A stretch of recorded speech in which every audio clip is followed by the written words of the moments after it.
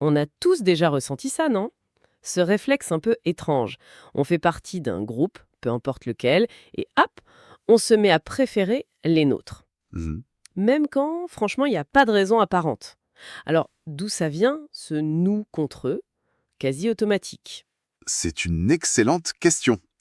C'est ce qu'on va essayer de comprendre aujourd'hui en plongeant un peu dans la psychologie de nos appartenances. Et pour ça, on va s'appuyer sur les travaux vraiment fondateurs d'Henri Tachfel et John Turner. Oui, des travaux essentiels. L'idée pour notre discussion, c'est de voir comment ce simple sentiment d'appartenance, même à un groupe un peu artificiel, ça influence notre façon de voir les autres, au-delà des conflits d'intérêts évidents, quoi. C'est ça.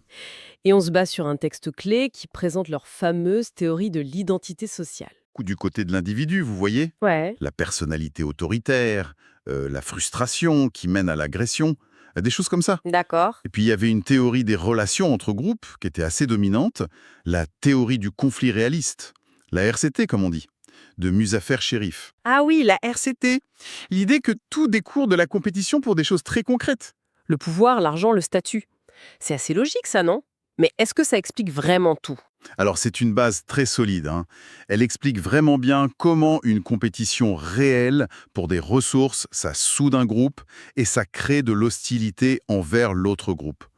Les expériences de shérif, les fameuses dans les camps de vacances, l'ont montré de manière assez spectaculaire. Oui, je m'en souviens. Mais la RCT, elle a ses limites. Elle laisse quand même des zones d'ombre assez importantes. Par exemple, elle n'explique pas pourquoi on voit du favoritisme pour son propre groupe, même quand il n'y a objectivement rien à gagner ou à perdre. C'est un point crucial. Hmm.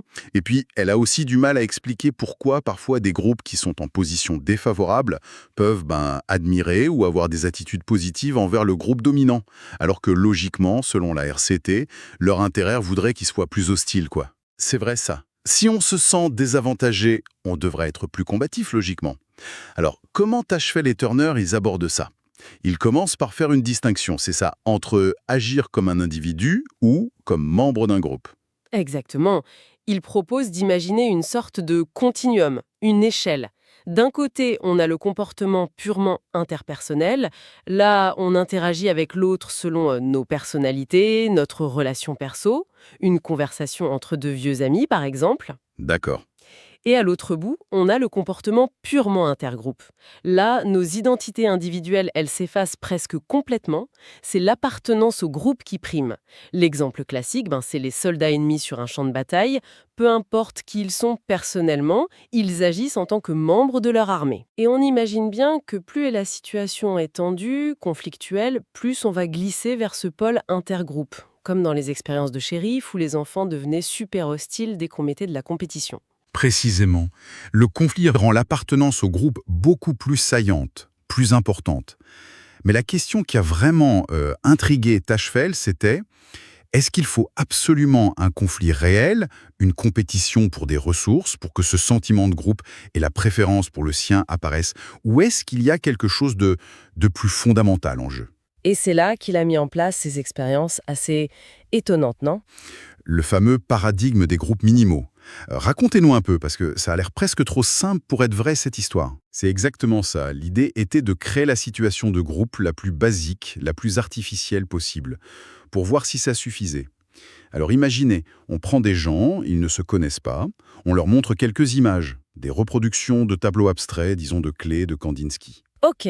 Et ensuite, on leur dit, d'après vos préférences, vous faites partie du groupe Klee ou vous êtes dans le groupe Kandinsky. Alors qu'en fait, très souvent, c'était décidé complètement au hasard. Ah d'accord, donc des groupes créés sur presque rien en fait. Pas d'histoire commune, pas d'interaction, on sait même pas qui sont les autres. Exactement. Anonymat total. Et après ça, on leur donne une tâche. Distribuer des points. Des points qui ont une petite valeur monétaire quand même. Ils doivent les donner à d'autres participants. Mhm. Mais ils ne savent rien de ces autres participants. Juste un numéro de code et leur groupe de chars. Participant numéro 12, groupe Klee. Ou participant 25, groupe Kandinsky. Et attention, ils ne distribuent même pas de points à eux-mêmes directement. Alors logiquement, qu'est-ce qu'on ferait? On serait équitable, non? Vu qu'il n'y a aucun enjeu, ni personnel, ni collectif réel. Oui, on pourrait s'attendre à une sorte de justice de base, quoi. 50-50 ou un truc du genre, mais j'imagine que ce n'est pas du tout ça qui s'est passé. Pas du tout. Et c'est là que ça devient vraiment stupéfiant. De manière systématique, répétée, dans plein de variantes de cette expérience, les participants favorisent leur propre groupe. Incroyable. Ils donnent plus de points aux membres anonymes de leur groupe clé qu'à ceux du groupe Kandinsky, par exemple. Le simple fait d'avoir été mis dans une case, même totalement arbitraire, ça suffit à déclencher ce biais pro-intragroupe, et donc une forme de discrimination envers l'exogroupe. C'est dingue ça. Juste savoir qu'il y a un nous et un eux, même sans aucune base réelle, ça change la façon dont on distribue de l'argent en gros. Et ce n'est pas tout. Quand on regarde comment ils distribuent ces points, on s'aperçoit d'un truc encore plus intéressant. Souvent, ils ne cherchent pas forcément à donner le maximum de points possible à leur propre groupe. Ça, ce serait la stratégie MIP, maximisation du profit intragroupe. Oui, Mais non, très souvent, ils choisissent une option qui maximise la différence entre ce que reçoit leur groupe et ce que reçoit l'autre groupe. C'est la stratégie MD, maximisation de la différence. attendez. Ça veut dire qu'ils sont prêts à ce que leur propre groupe gagne moins d'argent, du moment que ça assure que l'autre groupe en ait encore moins qu'eux? Mais c'est presque irrationnel d'un point de vue purement économique. C'est exactement ça. Ce qui compte, semble-t-il, c'est pas tant le gain absolu que le gain relatif. C'est la comparaison qui prime. Il faut que notre groupe soit distinctivement au-dessus de l'autre. Fascinant. Alors, évidemment, certains ont objecté. Ils ont dit « Oui, mais peut-être que les participants, ils devinent ce que l'expérimentateur attend et ils jouent le jeu. Oui, et la critique classique en psycho-expé, les caractéristiques de la demande. Comment Tatchfeld a répondu à ça? » De plusieurs façons. D'abord, d'autres études ont montré que si on décrit l'expérience à des observateurs extérieurs, ils ne prédisent pas du tout ce comportement discriminatoire. Eux, ils attendent plutôt à l'équité. Donc, ce n'était pas si évident que ça. D'accord. Ensuite, les participants eux-mêmes, quand on les interrogeait après, souvent ils niaient avoir discriminé ou avoir suivi une consigne cachée. Mais l'argument le plus fort de Tatchfeld, c'était peut-être de dire « Écoutez, si c'est si facile de déclencher cette compétition avec une simple catégorisation, ça montre justement à quel point cette tendance à penser en termes de nous contre eux est profondément ancrée et facile à activer dans notre culture. » Ce qui nous ramène à la question de départ. Pourquoi ? D'accord. Donc, ces expériences minimales, elles prouvent qu'on n'a pas besoin d'un conflit réel pour créer de la discrimination. Il se passe quelque chose de plus psychologique. Alors, comment la théorie de l'identité sociale, la cite, comment elle explique ça? Alors, la cite, elle part d'une idée qui est simple, mais très puissante. Une partie de notre identité, de qui on est, ne vient pas de notre trait personnel unique, mais des groupes auxquels on appartient. C'est ce qu'ils appellent l'identité sociale. Mhm. Pensez à la façon dont on se définit souvent. Je suis étudiante, je suis supporter de telle équipe, je suis français, je suis fan de ce groupe de musique. Tout ça, ce sont des identités sociales. D'accord, ok, je vois. Une partie de notre moi est liée à nos groupes d'appartenance. Ensuite, la théorie pose comme postulat un besoin humain fondamental. On cherche tous à avoir une estime de soi positive. On veut se sentir bien, avoir une bonne image de nous-mêmes. Oui, ça c'est logique. Et comme notre identité sociale, c'est une partie de nous, ce besoin d'estime de soi positive, il s'applique aussi à nos groupes. On a besoin que les groupes auxquels on appartienne soient vus positivement. Mais comment on sait si notre groupe est bien ? On le compare socialement à d'autres groupes qui sont pertinents pour nous. On se compare aux autres. Oui, on évalue notre groupe sur des dimensions qui comptent dans la société. Est-ce qu'il est plus compétent, plus sympa, plus puissant, plus cool, peu importe la dimension valorisée. D'accord, on se compare pour savoir où on se situe. Et j'imagine qu'on préfère que la comparaison tourne à notre avantage. C'est exactement le point clé. On recherche ce qu'ils appellent une différenciation positive. On a besoin que notre groupe soit non seulement différent des autres, mais positivement différent. Qu'il soit perçu comme meilleur, au moins sur certaines dimensions qui comptent. Et c'est cette quête de distinction positive qui, selon la cite, va être le moteur du comportement intergroupe. Ah, je crois que je vois le lien avec les groupes minimaux là. Même si le groupe clé ne veut rien dire en soi, le simple fait d'en faire partie crée une sorte de mini-identité C'est sociale. ça. Et pour que cette identité soit positive, même de façon hyper artificielle, il faut la différencier positivement de l'autre groupe, le groupe Kandinsky. Et comme la seule manière de le faire dans cette expérience, c'est de distribuer des points, On va utiliser cette distribution de points pour créer une différence en notre faveur, en donnant plus à son groupe, ou surtout, comme on l'a vu, en s'assurant qu'il est plus que l'autre groupe, on établit symboliquement une sorte de supériorité. Ça peut sembler un peu dérisoire, mais ça nourrit ce besoin fondamental de différenciation positive. Et par ricochet, ça booste notre estime de soi. Incroyable! Il y a même une étude de Turner qui a montré un effet assez pervers. Les gens donnaient moins d'argent à eux-mêmes s'ils devaient partager les gains avec un membre de leur propre groupe, comparé à quand ils devaient partager avec quelqu'un de l'autre groupe, simplement pour accentuer la frontière entre les groupes. Ça montre à quel point la simple affiliation peut devenir puissante. C'est fascinant de voir comment un besoin psychologique, somme toute assez abstrait, peut se traduire en comportements aussi concrets, et parfois même contre-productifs à première vue. Mais alors, comment cette théorie s'applique en dehors du labo, dans nos sociétés où les groupes ont des statuts très différents, où il y a de vraies inégalités? C'est là que la théorie devient particulièrement éclairante pour comprendre les dynamiques sociales réelles. Qu'est-ce qui se passe quand l'identité sociale d'un groupe est menacée ou négative? Typiquement, pour un groupe dominé ou de faible statut. La SIT prédit qu'il y a 3 grandes stratégies possibles pour gérer cette situation, disons, inconfortable. D'accord, et quelles sont ces stratégies? La première, c'est la mobilité individuelle. Si les membres du groupe pensent que la société est perméable, qu'il est possible de s'en sortir individuellement, de grimper et de rejoindre un groupe de statut supérieur, ils peuvent essayer de le faire. C'est une stratégie purement individuelle, hein. On quitte son groupe d'origine, on essaie d'être accepté par le groupe dominant. Ça implique souvent une forme de désidentification avec son groupe de départ. Un peu le mythe de la réussite individuelle, l'idée qu'on peut y arriver par ses propres efforts, peu importe d'où on vient. Voilà, c'est un peu ça. Mais cette option, elle n'est pas toujours vue comme possible ou même désirable. La deuxième stratégie, c'est la créativité sociale. Là, le groupe ne cherche pas à changer sa position objective dans la société, mais plutôt à redéfinir la situation de comparaison pour se sentir mieux. Comment ça? Il y a plusieurs façons. Soit on trouve une nouvelle dimension de comparaison où notre groupe se sent bon, par exemple, l'équipe qui perd le match mais qui dit avoir eu le plus beau jeu. Soit on change la valeur des attributs du groupe.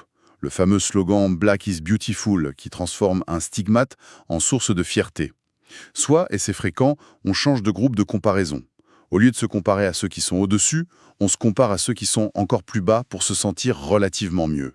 C'est une sorte de stratégie d'adaptation psychologique pour préserver l'image du groupe sans forcément toucher à la structure sociale elle-même. On peut le voir comme ça, oui. Ça peut être très important pour le moral, pour le bien-être psychologique des membres du groupe. Mais ça ne change pas les rapports de force réels. Et parfois, ça peut même conduire à déplacer l'hostilité vers des groupes encore plus défavorisés. D'accord. Et la troisième stratégie? La troisième, elle vise un changement bien réel. C'est la compétition sociale. Là, le groupe va chercher activement à contester la supériorité du groupe dominant, sur les dimensions qui comptent, pouvoir, statut, ressources. Il veut inverser la hiérarchie, obtenir plus de reconnaissance, plus de moyens. Et c'est là qu'on rejoint la théorie du conflit réaliste, l'ARCT, dont on parlait au début. Si cette compétition porte sur des ressources rares et tangibles, ça mène au conflit ouvert. Exactement. La SIT ne vient pas remplacer la RCT. Elle l'intègre, elle la complète. La compétition sociale, c'est le point de jonction. Le besoin psychologique de revaloriser son identité de groupe peut pousser à une compétition qui, si elle concerne des ressources limitées, devient un conflit objectif au sens de la RCT. D'accord. Alors, qu'est-ce qui fait qu'un groupe va choisir la compétition sociale plutôt que la créativité ou la fuite individuelle? Qu'est-ce qui fait basculer la situation vers le conflit potentiel? Là, selon Tachfel, il y a 2 facteurs qui sont absolument cruciaux. C'est la perception de la stabilité et de la légitimité des différences de statut entre les groupes. Stabilité et légitimité. Oui. Imaginez un groupe dominé. Si ses membres perçoivent les inégalités comme étant stables, c'est-à-dire immuables, ça a toujours été comme ça ne changera jamais, et comme étant légitimes, c'est-à-dire juste, mérité, c'est normal qu'ils soient au-dessus, ils le méritent, alors il y a très peu de chances qu'ils entrent en compétition directe.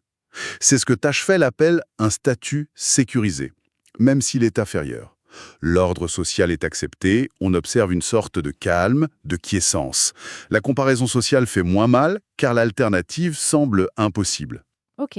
Par contre, si les différences de statut sont perçues comme instables, ça pourrait changer, ce n'est pas gravé dans le marbre, et tout comme illégitime, ce n'est pas juste, ce n'est pas mérité, alors là, le statut devient insécurisé. Et là, ça ouvre la porte à l'idée que les choses pourraient être différentes, j'imagine. Exactement.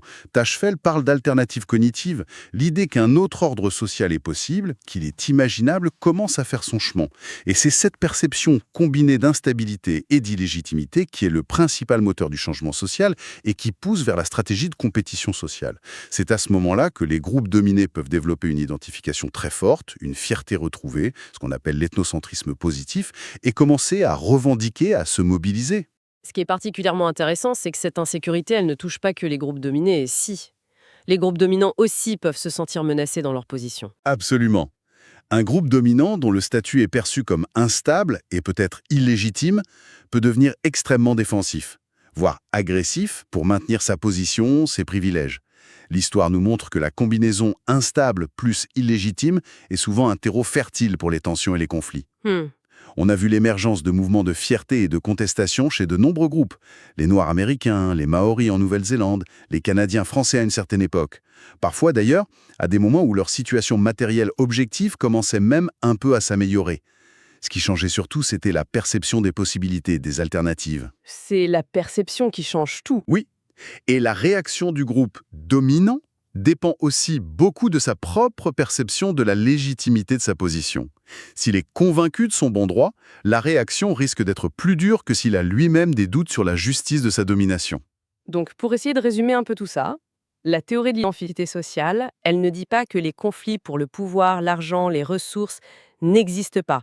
Bien sûr que si, Non, absolument pas. mais elle ajoute que notre besoin psychologique, très profond, d'avoir une identité de groupe qui soit positive et distincte des autres, joue un rôle énorme, un rôle autonome dans la façon dont ces conflits éclatent, se déroulent et sont vécus. C'est bien ça? C'est tout à fait ça. La SIT vient ajouter une couche d'explication psychologique, qu'on pourrait qualifier de subjective, aux dynamiques plus objectives de compétition pour les ressources décrites par la RCT. Elle nous aide à comprendre pourquoi la discrimination peut apparaître même sans aucun enjeu matériel, ce que Tachvel appelait les conflits implicites, comme dans les groupes minimaux. Oui. Et elle aide aussi à comprendre pourquoi même dans des conflits bien réels, bien explicites, comme une compétition sportive ou un conflit politique, on observe souvent des comportements qui ne servent pas directement à gagner. Ce sont les actions non instrumentales. Les insultes gratuites, les stéréotypes négatifs, cette volonté de se différencier, même sur des aspects un peu futiles. Tout ça, ça s'explique bien par ce besoin de distinctivité positive. C'est un moteur en soi. C'est vraiment éclairant. Ça permet de mieux comprendre pourquoi cette tendance au nous contre eux est si facile à déclencher finalement et si difficile à dépasser parfois. C'est notre identité même qui est en jeu à travers nos appartenances. Mhm. Le simple fait d'être mis dans une case nous pousse à comparer et à vouloir que notre case soit la meilleure, ne serait-ce que symboliquement.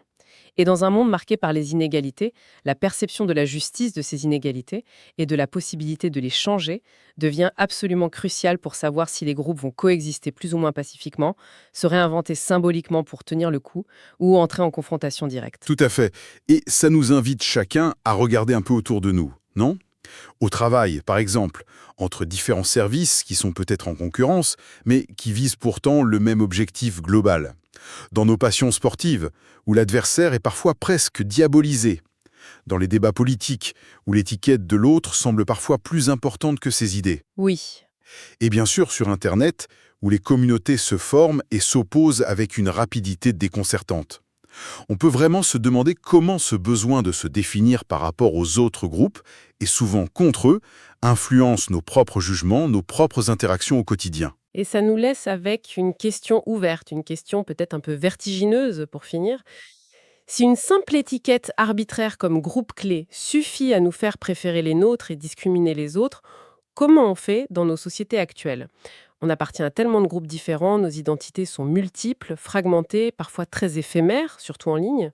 C'est une vraie question, oui. Comment est-ce qu'on peut gérer ce besoin fondamental de se sentir appartenir à un groupe positif et distinct sans que ça dégénère systématiquement en dévalorisation de l'autre ou en conflit intergroupe? Est-ce qu'il y aurait un moyen de cultiver une différenciation positive, une fierté d'appartenance qui célèbre la diversité sans pour autant créer de l'antagonisme?